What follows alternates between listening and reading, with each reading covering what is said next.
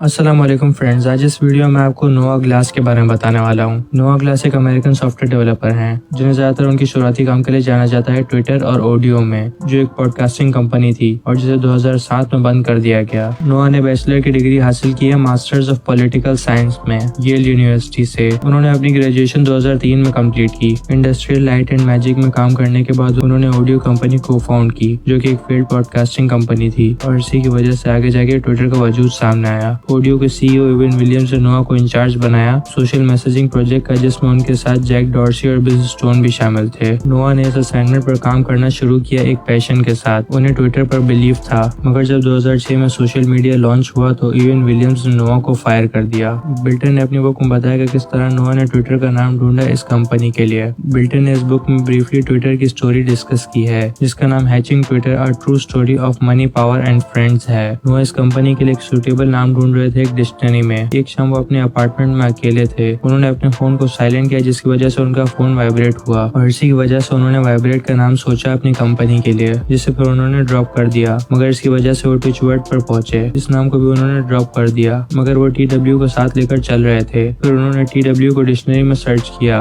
जिससे उन्हें twist, tweet, Twitch, ट्विचर, ट्विची तरह के अल्फाज मिले। फिर आखिर वो ट्विटर पर पहुंचे, जिसकी डेफिनेशन उन्होंने जोर से पढ़ी, the light chirping sound made by certain birds. फिर यही नाम उन्होंने फाइनल कर दिया। मगर जिस तरह से ट्विटर का आइडिया ग्रो हुआ, विलियम्स और नोआ के बीच में एक पावर स्ट्रगल शुरू हो गई। नोआ अपने आइडिया के लिए बहुत ज्यादा प्रोटेक्टिव हो गए और उन्हें ऐसा लगा कि विलियम्स उन्हें अपनी कंपनी से निकाल देंगे। नोआ को ट्विटर में स्पिरिचुअल लीडर के नाम से भी जाना जाता है, लेकिन उसी वक्त उनका डिवोर्स भी हुआ था और वो स्ट्रगलिंग फेज में थे। फिर जब नोआ को और ज्यादा टेंशन हुई तो उन्होंने अपने दोस्त और ट्विटर के को फाउंडर जैक डॉर्सी के साथ ये सब डिस्कस किया। मगर नोआ ये नहीं जानते थे कि जैक ही ये चाहते थे कि नोआ को कंपनी से निकाल दिया जाए, और इसके अलावा उन्होंने विलियम्स को ये भी कहा था कि वह नोआ को फायर कर दें, वरना जैक कंपनी छोड़ देंगे। फिर जुलाई 2006 में नोआ को कंपनी से निकाल दिया गया और जैक को कंपनी का CEO बना दिया गया, जिसके बाद नोआ के पास सिर्फ कुछ पैसे और कंपनी के कुछ स्टॉक्स थे। बिल्टन अपनी बुक में ये भी बताते हैं कि नोआ के जाने के बाद जैक ने उन्हें कंपनी की हिस्ट्री से इरेज करना शुरू कर दिया। जब जैक को इंटरव्यू देते थे तो वो नोआ को कंपनी के नाम के लिए क्रेडिट नहीं देते थे, और इसी वक्त लोगों ने जैक को कंपनी का फेस समझना शुरू कर दिया। ट्विटर स्टोरी में नोआ के कैरेक्टर से सिलिकॉन वैली की पावर स्ट्रगल और पॉलिटिक्स डिफाइन होती है। ट्विटर का IPO अनाउंस होने के बाद ये तो जाहिर था कि इसकी वजह से कुछ लोग बहुत अमीर होंगे, कुछ लोग मिलियनियर्स और कुछ लोग बिलियनियर्स भी बनेंगे। जैसे कि जैक ने $13 बिलियन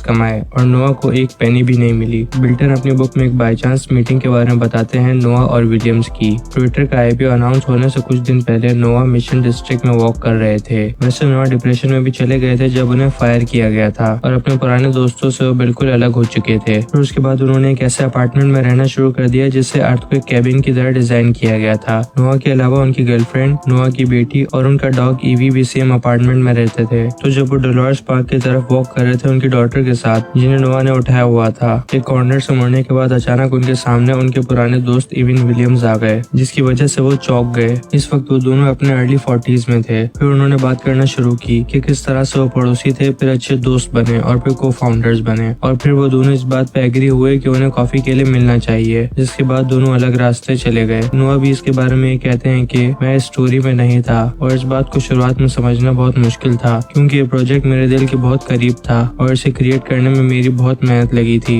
मगर जब मुझे पता लगा कि प्रोडक्ट के साथ ऐसा होने वाला है जिसे बनाने में मैंने मदद की थी, तो मुझे ये एहसास हुआ कि ये मेरे बारे में नहीं है, ये ट्विटर के बारे में है। ये एक बहुत बेनिफिशियल टूल है जो बहुत लोगों के काम आता है। फिर मुझे एहसास हुआ कि ये स्टोरी मेरे बारे में नहीं है और इससे कुछ फर्क नहीं पड़ता, और इसी वजह से मैं ये कहना चाहता हूँ कि जब हम पूरी स्टोरी पर देखना चाहते हैं तो हमें पता चलता है कि कुछ लोगों को क्रेडिट मिला और कुछ लोगों को नहीं मिला, मगर रियलिटी ये है कि ये ग्रुप एफर्ट था। इस काम में बहुत से लोगों के आइडियाज थे जिनके बगैर ये पॉसिबल नहीं हो पाता। मैंने ट्विटर खुद से बनाया है, बल्कि लोगों से बातें करके और आइडियाज लेकर बनाया है, मगर मुझे ये पता है कि ये मेरे बगैर पॉसिबल नहीं था और मैंने इसमें एक बड़ा रोल प्ले किया है। और ये बात भी सही है कि जैक के बगैर भी पॉसिबल नहीं हो पाता, और कुछ हद तक विलियम्स भी इसमें इन्वॉल्व था, मगर बिस विलियम्स से ज्यादा इन्वॉल्व था। विलियम्स ना तो इसके क्रिएशन में था, ना ही इसकी लॉन्चिंग में। वो ओकेजनली आता था हमसे बात करने के लिए। मुझे ऐसा लगता है कि ज्यादातर वो ऑडियो को वापस हासिल करने की कोशिश कर रहा था। मैं ट्विटर पर बहुत इंटेंसली काम कर रहा था। नोआ ने बिजनेस इनसाइडर को अपना ट्विटर अकाउंट भी दिखाया, जिसमें उन्होंने बायो में ये लिखा है कि आई स्टार्टेड दिस, जिसे उन्होंने 2013 से अपडेट नहीं किया है। उनका लास्ट ट्वीट ये था कि I wish the Twitter team the best of luck and trust that they will be successful in continuing to develop this important communication tool. 2014 में विलियम्स ने भी ट्विटर से बात की और नोआ के कंट्रीब्यूशंस को एक्नॉलेज किया 2011 में, जिसमें उन्होंने कहा कि ये सच है कि नोआ को क्रेडिट नहीं दिया गया उनके शुरुआती रोल के लिए ट्विटर में, और ये भी सच है कि उन्होंने कंपनी का नाम सजेस्ट किया था जो कि ब्रिलियंट था। ट्विटर लॉन्च करने से पहले नोआ एक और प्रोजेक्ट पर काम कर रहे थे जिसका नाम ऑडियो था, जिसमें वो लोगों को ये ऑप्शन देते थे कि वो एक ऑडियो ब्लॉग डाल सकते हैं अपने सेल फोन से किसी भी लोकेशन से।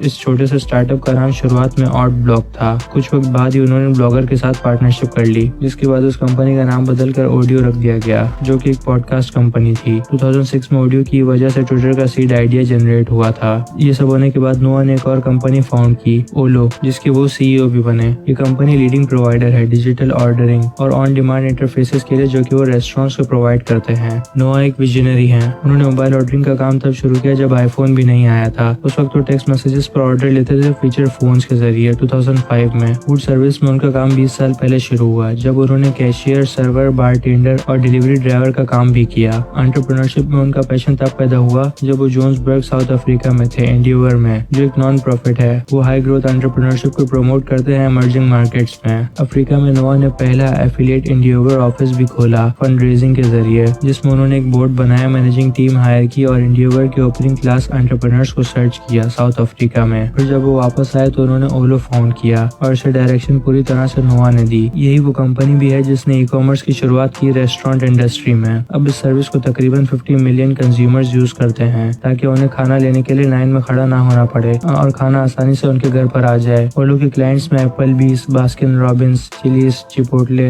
डेनीज, Five Guys Burgers and Fries, Jamba Juice, Noodles and Company, Shake Shack, Sweet Green, Red Robin, Wingstop और इसके अलावा और बहुत से क्लाइंट्स भी शामिल हैं। नोआ की इस अकॉम्प्लिशमेंट को बहुत सी ऑर्गेनाइजेशंस ने रिकॉग्नाइज किया है, जिनमें बिजनेस वीक, बिजनेस इनसाइडर, इसके अलावा एबीसी वर्ल्ड न्यूज ने भी उनकी स्टोरी को फीचर किया है। Advertising age, CNBC, CNN, entrepreneur, good morning America, Inc dot, the New York Times, Wall Street Journal ने भी उनकी स्टोरी को कवर किया था। तो ये थी मेरी वीडियो नोआ ग्लास के ऊपर। अगर आपको ये वीडियो पसंद आए तो आप इस वीडियो को लाइक कर सकते हैं और ऐसी वीडियोस के लिए मेरे चैनल को सब्सक्राइब कर सकते हैं। बेल के आइकन को दबाएंगे तो आपको आने वाली वीडियोस की नोटिफिकेशन मिल जाएंगी। और हाँ, आखिर तक देखना बहुत बहुत शुक्रिया।